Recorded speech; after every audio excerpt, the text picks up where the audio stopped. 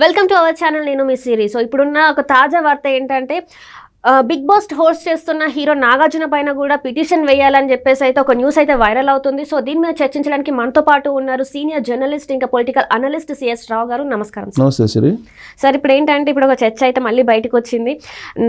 మన big boss 7 అంటే 3 నుంచి వెళ్ళి 7 ఇప్పటి వరకు కూడా హోస్ట్ చేసింది హీరో నాగార్జున గారు.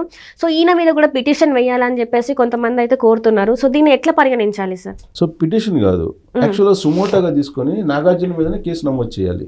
అంత సీరియస్గా తెలంగాణ పోలీసు కూడా ఆలోచిస్తుంది. దానికి కారణం ఏంటంటే నాగార్జున హోస్ట్ చేస్తున్నారు కదా, ఈ ప్రోగ్రామ్ని హోస్ట్ చేస్తున్నారు. పైగా ఆయన సొంత స్టూడియోలోనే ఈ మొత్తం నడిచింది. ప్లస్ అంతకు ముందుగానే ఎంతమంది అభిమానులు వస్తారు, ఎలా ఉంటుంది అనేది ఆయనకి తెలుసు ఒక హోస్ట్గా. సో అక్కడ లా అండ్ ఆర్డర్కి సంబంధించి ముందే ఆయన అప్లై చేయాలి, లేదా ఆ ప్రోగ్రామ్ నిర్వహిస్తున్నటువంటి వాళ్ళైనా అప్లై చేయాలి. సో హోస్ట్గా ఆయన వ్యవహరిస్తున్నాడు కాబట్టి ఖచ్చితంగా ఆయన కూడా బాధ్యుడు అవుతాడు. ఎందుకు ఆయన బాధ్యుడు అవుతాడంటే ఇటీవల కాలంలో సుప్రీంకోర్టు ఒక డైరెక్షన్ ఇచ్చింది. అడ్వర్టైజ్మెంట్స్ ఇస్తుంటారు కదా, కూల్ డ్రింక్ తాగమని, లేదంటే అది తినమని ఈ తినమని ఇస్తుంటారు కదా సెలబ్రిటీస్. సో ఏ ప్రోడక్ట్కి అయితే వీళ్ళు పబ్లిసిటీ ఇస్తున్నారో ఆ ప్రోడక్ట్ నాసిరకం అయితే వాళ్ళని కూడా బాధ్యులు చేయాలని చెప్పేసి సుప్రీంకోర్టు తీర్పిచ్చింది. దాన్ని బేస్ చేసుకొని నాగార్జునని ఈ ఇన్సిడెంట్లో ఖచ్చితంగా కేసు బుక్ చేసి అరెస్ట్ చేయొచ్చు నాగార్జున కూడా. ఎందుకంటే సుప్రీంకోర్టు చెప్పింది. అంటే ఇది కూడా ఒక ఈవెంట్ కదా, ఇది కూడా ఒక ఈవెంట్, ఒక ప్రోగ్రామ్, ఇది ప్రైవేట్ ప్రోగ్రామ్. ఈ ప్రైవేట్ ప్రోగ్రామ్ హోస్ట్ చేస్తుంది నాగార్జున. సో నాగార్జునకి కొంత అవగాహన ఉండాలి, ప్లస్ ఆయన స్టూడియో ప్లేస్ కూడా ఆయనదే కాబట్టి ఖచ్చితంగా ఆయన మీద కూడా కేసు బుక్ చేయాలి అనేది ఒకటి. సుప్రీంకోర్టు గత డైరెక్షన్ ప్రకారం ఆయన మీద కూడా కేసు బుక్ చేసేటువంటి వెసులుబాటు అయితే ఉంది, ఇది ఒకటి. రెండు, నాగార్జున అత్యంత క్లోజ్గా ఉండేది ఎవరికి? కల్వకుంట్ల ఫ్యామిలీకి క్లోజ్గా ఉంటారు, అత్యంత క్లోజ్గా. మాజీ మంత్రి కేటీఆర్కి చాలా క్లోజ్గా ఉంటారు.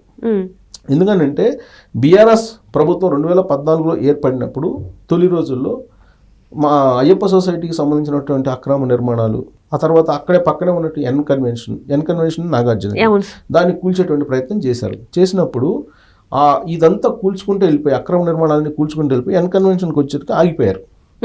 ఎందుకు ఆగిపోయారని చెప్పి దాని మీద విమర్శలు వచ్చినప్పుడు నాగార్జునకి అత్యంత సన్నిహితుడు మాజీ మంత్రి కేటీఆర్ కాబట్టి ఎన్ కన్వెన్షన్ కూల్చేయలేదు. ఎన్ కన్వెన్షన్ దాదాపు 3 ఎకరాలు ఆక్యుపై చేసిందని చెప్పి అప్పట్లో వచ్చినటువంటి ఆరోపణలు. దాని మీద అప్పట్లో కాంగ్రెస్ లీడర్గా ఉన్నటువంటి రేవంత్ రెడ్డి కూడా మాట్లాడారు.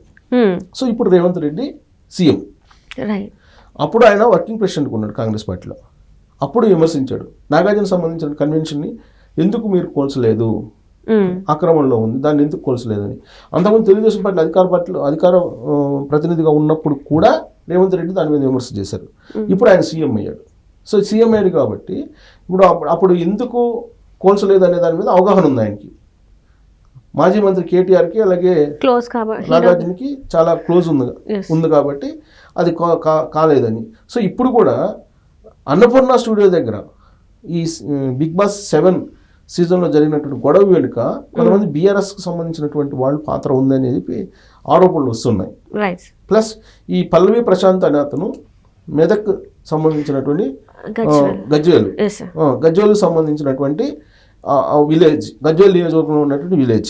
సో కాబట్టి అక్కడ బీఆర్ఎస్ పార్టీకి సంబంధించినటువంటి వాళ్ళ యొక్క ప్రమేయం ఉంటుంది అనేది గతంలో ఏ సీజన్లో లేనటువంటి అలజడి ఈ సీజన్లోనే ఎందుకు వచ్చింది, ఈ సీజన్లో రావడానికి కారణం ఏంటి అనే దాని మీద పోలీసులు ఎంక్వైరీ చేస్తున్నారు. తెలంగాణ పోలీసులు ఈ మొత్తం వ్యవహారాలని, తెర వెనుక వ్యవహారాలన్నింటినీ ఖచ్చితంగా ఛేదించడానికి అవకాశం ఉంది. పోలీసులు చాలా సీరియస్ ఇన్వెస్టిగేషన్ కూడా చేస్తున్నారు.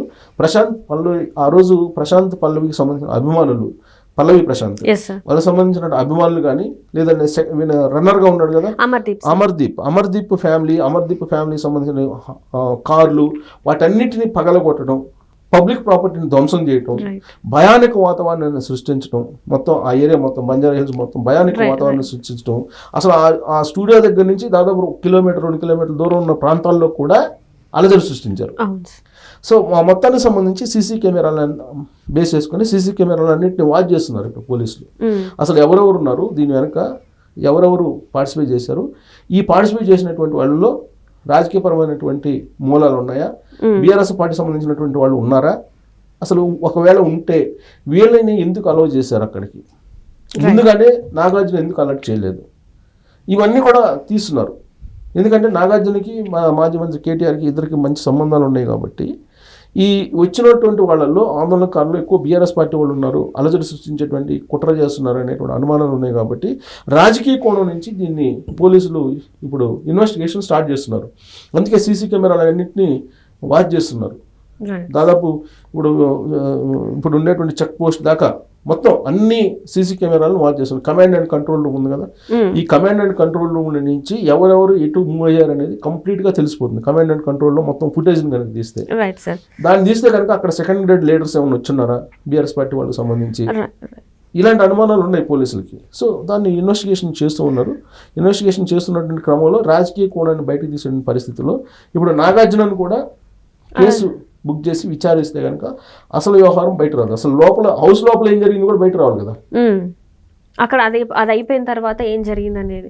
అంటే సార్ ఇక్కడ మీరు ఇందాక అంటే మనం చూసినట్టయితే ఆల్రెడీ పోలీసులు ప్రశాంత్ని హెచ్చరించడం జరిగింది. ఇక్కడ చాలా అయితే ఫ్యాన్స్ ఉన్నారు, మీరు వేరే గేట్ నుంచి వెళ్ళాలి అన్నప్పుడు కూడా వినకుండా పోలీస్ అధికారుల ఒక ఏమంటే ధిక్కరించినదైతే చూసినట్టయితే ఇదంతా కావాలని చేసిందా అని అనిపిస్తుంది సార్. అంటే కావాలని చేసిన స్టూడియో నుంచి వేరే గేట్ నుంచి బయటకు వచ్చారు పోలీసులు చెప్పినట్టే, వేరే గేట్ నుంచి బయటకు వచ్చారు.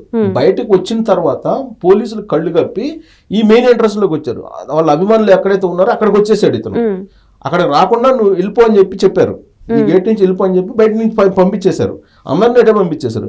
కానీ ఇతను ఏం చేశాడు, మళ్ళా తిరిగి పోలీసులు కళ్ళు కప్పి పోలీసులు వద్దనే ప్లేస్కి వచ్చాడు, ఎక్కడైతే అభిమానులు ఉన్నారో వాళ్ళందరికీ. సో ఆ వచ్చిన వాళ్ళని చూస్తే అభిమానులు అనిపించట్లా. ఆ వచ్చిన వాళ్ళు చేసినటువంటి అరాచకాలు, వాళ్ళు చేసినటువంటి అలజడి, వాళ్ళు సృష్టించినటువంటి విధ్వంసం ఇవన్నీ చూస్తే అభిమానులు అనిపించట్లా. ఎందుకంటే పవన్ జనరల్గా ఇప్పుడు ఉండేటువంటి సినిమాలో ఉండేటువంటి ఒక అభిప్రాయం ఏంటంటే పవన్ కళ్యాణ్ ఫ్యాన్స్ కొంత అగ్రెసివ్గా ఉంటారు, వాళ్ళు క్రమశిక్షణ కలిగినటువంటి వాళ్ళు కాదు అనేది ఒక సహజంగా ఉన్నటువంటి ఒక అభిప్రాయం మిగిలినటువంటి వాళ్ళ ఫ్యాన్స్తో పోలిస్తే. అంతగా మించి హడావుడి చేశారు అక్కడ. ఒక కామన్ మ్యాన్ కి ఇంతమంది, ఒక కామన్ మ్యాన్ కి పైగా ఒక రైతు బిడ్డ అంటున్నారు.